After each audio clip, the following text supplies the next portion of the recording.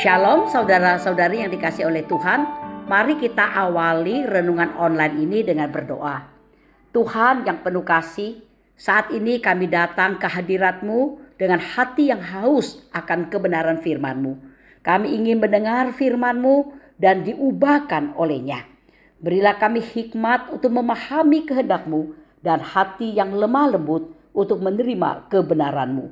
Bimbinglah kami dengan Roh Kudus-Mu agar firman-Mu ini tidak hanya menjadi pengetahuan bagi kami, tetapi juga nyata dalam kehidupan kami. Dalam nama Yesus kami berdoa, amin. Saudara-saudari yang dikasih oleh Tuhan, renungan online hari ini diambil dari Filipi pasal 2 ayat ketiga yang berbunyi demikian. Hendaklah dengan rendah hati yang seorang menganggap yang lain lebih utama daripada dirinya sendiri. Saudara-saudari yang dikasih oleh Tuhan, kesombongan adalah akar dari banyak kehancuran dalam hubungan. Kesombongan dapat muncul dalam bentuk kritik yang merendahkan, persaingan yang tidak sehat, keras kepala, bahkan sikap yang tidak mau mendengar orang lain. Tanpa disadari, kesombongan membuat kita merasa lebih benar dan lebih penting daripada orang lain. Padahal Alkitab memperingatkan kita bahwa kecongkakan mendahului kejatuhan. Hal ini dapat terlihat dari Amsal pasal 16 ayat 18. Sebaliknya, kerendahan hati adalah fondasi yang kuat untuk membangun hubungan yang sehat. Rasul Paulus menasihati kita untuk memiliki sikap yang saling menghormati dan mengutamakan orang lain dalam kasih. Ini bukan berarti kita meremehkan diri sendiri, tetapi kita belajar untuk tidak mementingkan diri sendiri dan mulai melihat kebutuhan dan kelebihan orang lain dengan hati yang tulus. Nah, bagaimana kita bisa bertumbuh dalam kerendahan hati? Tidak lain, yang pertama, menyerahkan hati kepada Yesus. Hanya dengan membiarkan Yesus mengendalikan pikiran, hati, dan sikap kita, kita dapat belajar hidup dalam kerendahan hati.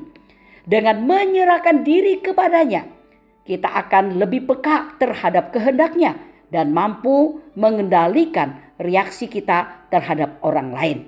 Yang kedua, mengizinkan Roh Kudus bekerja dalam hidup kita. Roh Kudus menolong kita mengubah pola pikir kita.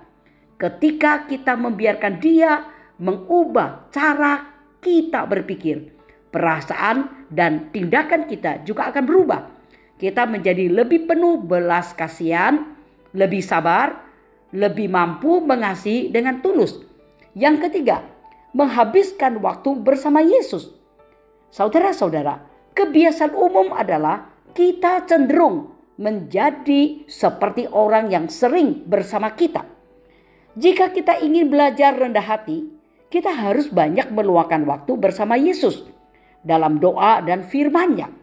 Filipi pasal 2 ayat 5-6 menegaskan bahwa Yesus adalah teladan utama dalam kerendahan hati. Ia meninggalkan kemuliaan dirinya sehingga mati di kayu salib demi keselamatan kita. Yesus telah menunjukkan kasih yang tidak hanya membangun hubungan, tetapi juga mengubahkan hidup.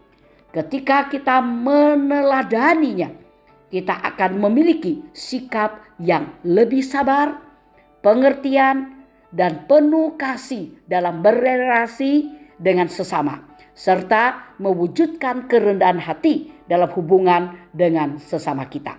Kiranya Tuhan menolong kita hidup sebagai umat-Nya yang memiliki kerendahan hati. Amin. Mari kita berdoa. Tuhan Yesus, Engkaulah teladan sejati dalam kerendahan hati. Ajarlah kami untuk menanggalkan kesombongan dan belajar mengutamakan sesama seperti yang Engkau ajarkan. Bentuklah hati kami agar dipenuhi dengan kasih, belas kasihan, dan kelemah lembutan. Biarlah setiap hubungan yang kami bangun berlandaskan sikap rendah hati yang memuliakan nama-Mu. Kami mau terus mendekat kepadamu, agar hidup kami semakin menyerupai-Mu. Dalam nama Tuhan Yesus kami berdoa. Amin.